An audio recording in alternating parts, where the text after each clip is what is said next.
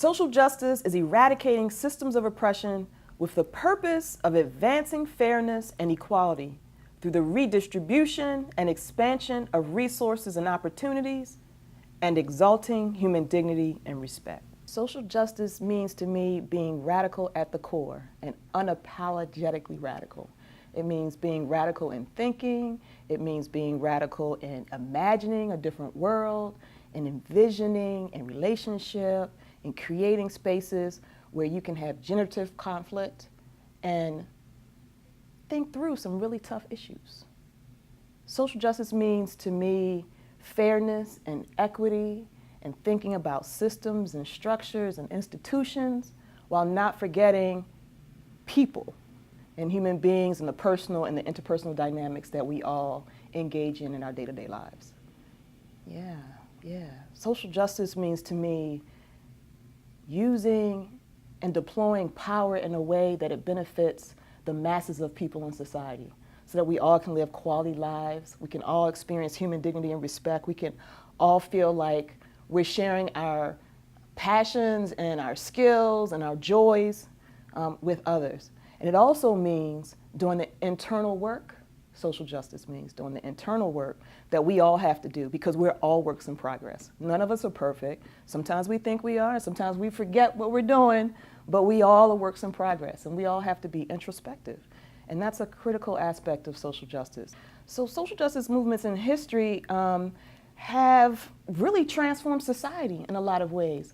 I think the critical thing is to understand that even when we have social justice movements that transform society, whether it's getting rid of slavery as chattel slavery, whether it's getting rid of women's inability to vote or have reproductive power, whether it's workers having equal wages, that it's all a cycle.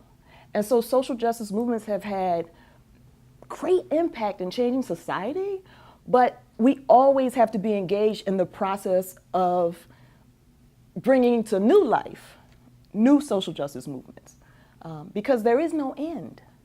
Social justice movements really show us that there are means to ends and the ends become the next means to the next end. We have to be constantly vigilant about protecting the gains that we have made, and we have to be constantly vigilant about seeing the blind spots in the movements that we forged, right? So social justice movements like the civil rights movement and the Black Power movement and the women's rights movement and the gay lesbian movement, which is now bisexual transgender Q movement, right?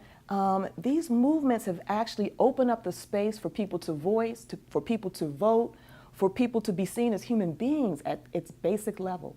So you have movements, but you also have individual quotidian resistance, things people do every day, day in and day out to maintain their humanity and their dignity in their life and to have an impact on other individuals, right? You have folks who are trying to change cultural dynamics, political dynamics, electoral spaces, social spaces, right? And the key is how the personal is connected to the interpersonal, it's connected to the institution, it's connected to the system, it's connected to the structure, and recognizing those things in the way that we struggle against inequality and injustice. There is no Black person here who can afford to wait to be led into positive action for survival.